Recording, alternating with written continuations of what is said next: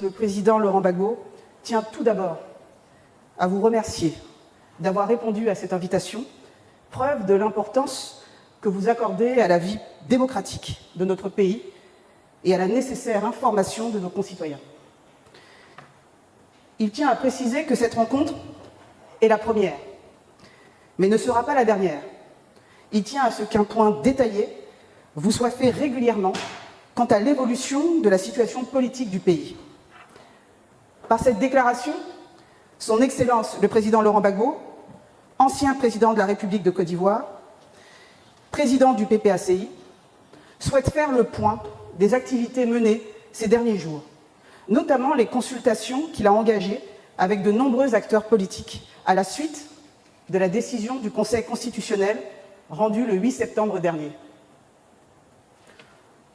En sa qualité d'ancien chef d'État et de candidat déclaré à l'élection présidentielle, il a tenu à échanger avec plusieurs des personnalités dont les dossiers ont été déclarés irrecevables, afin de recueillir leurs analyses, leurs préoccupations et leurs propositions face à cette décision très lourde de conséquences. De ces discussions, deux principales options ont été évoquées. D'une part, l'idée de prendre le régime RHDP à son propre piège, en soutenant collectivement l'un des candidats retenus. À cet égard, le président Laurent Gbagbo tient à rappeler qu'il n'avait jamais soutenu, ni de près, ni de loin, un prétendu plan de précaution. D'autre part, la nécessité de résister par des actions démocratiques pour exiger des élections inclusives et le respect de la Constitution. Le président Laurent Gbagbo a entendu chacune de ces propositions. La première, bien que pertinente en théorie, n'a pas prospéré. Elle ne faisait pas l'unanimité, ni parmi les candidats exclus, ni parmi nos concitoyens. De plus, il faut le dire clairement, les candidats retenus par le Conseil constitutionnel ne sont pas ceux investis par les grands partis politiques du pays. Dès lors, il n'y avait ni consensus, ni légitimité suffisante pour bâtir une telle stratégie. La seconde option, celle d'action démocratique et pacifique, s'est imposée comme la voie à suivre. Car notre véritable adversaire, ce n'est pas tel ou tel candidat. C'est le régime RHDP, avec à sa tête M. Alassane Ouattara, qui semble vouloir transformer la Côte d'Ivoire en un royaume personnel, où la Constitution n'est plus une boussole, mais un obstacle à contourner. Le président Laurent Gbagbo affirme que la véritable responsabilité des démocrates n'est pas de chercher une échappatoire, mais de tenir debout face à l'épreuve. Ce n'est pas une question de posture, mais l'essence même du combat.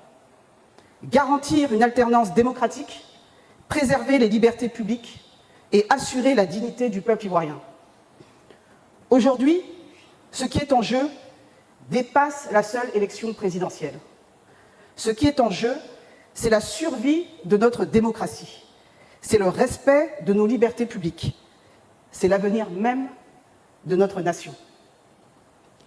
En validant un 4e mandat anticonstitutionnel et en écartant 55 candidats, dont ceux des principaux partis d'opposition, c'est le principe d'égalité devant la loi qui a été foulé aux pieds. Et ainsi, on a privé le peuple de son droit souverain de choisir librement son dirigeant. Ce vers quoi on avance aujourd'hui ressemble à tout sauf à une élection inclusive et transparente. La liste électorale est contestable. La commission électorale indépendante est décriée. Le processus électoral actuel n'offre aucune garantie de transparence ni de crédibilité. Le président Laurent Gbagbo demeure convaincu qu'il est encore temps de privilégier la paix et d'ouvrir la voie à un dialogue sincère. Mais il reste tout aussi ferme. Il ne peut et ne doit pas y avoir de 4e mandat. Le président Laurent Gbagbo souhaite rappeler au président Alassane Ouattara que leur dernière confrontation électorale a été douloureuse pour la Côte d'Ivoire, précisément parce que la Constitution n'avait pas été respectée. Les cicatrices de cette période ne se sont pas encore refermées. Et nous savons tous quel prix le pays a payé à ce manquement au droit. Aujourd'hui encore, il est de leur responsabilité historique de transmettre à ce pays une Côte d'Ivoire en paix, réconciliée et respectueuse de ses propres règles. Le président Henri Konan Bédié n'est plus. Parmi ceux qui ont eu la charge suprême de conduire la nation, il ne reste désormais que 2 hommes, Laurent Gbagbo et Alassane Ouattara. Cette réalité crée un devoir supplémentaire, car l'histoire retiendra non seulement ce que chacun a fait quand il était au pouvoir, mais aussi ce qu'ils auront légué au moment de le quitter. Il ne faut pas croire que l'on est fort parce que l'on tient momentanément les institutions et les armes. On n'est jamais fort tout le temps, et surtout, on n'est jamais plus fort que le peuple. Les régimes qui l'ont oublié partout dans le monde ont fini par s'effondrer. Le peuple, lui, demeure toujours. C'est pourquoi le président Laurent Gbagbo en appelle à la responsabilité. Gouverner, ce n'est pas s'éterniser au pouvoir au risque de briser la nation. Gouverner, c'est préparer la paix et la réconciliation pour l'avenir. Gouverner, c'est respecter la Constitution, respecter le peuple et accepter que le pouvoir ne soit pas une propriété personnelle, mais une charge temporaire confiée par la souveraineté populaire. Le président Laurent Gbagbo tient à préciser que sa volonté n'est pas de contester nos institutions, bien au contraire. Il s'agit de leur rappeler que leur force et leur légitimité ne viennent pas d'elles-mêmes, mais du peuple, et du peuple seul. Elles agissent en son nom, et c'est du peuple qu'elles tirent leur autorité. Oublier cela, c'est trahir l'esprit même de la République. Le président Laurent Gbagbo insiste avec force. Il n'est pas trop tard.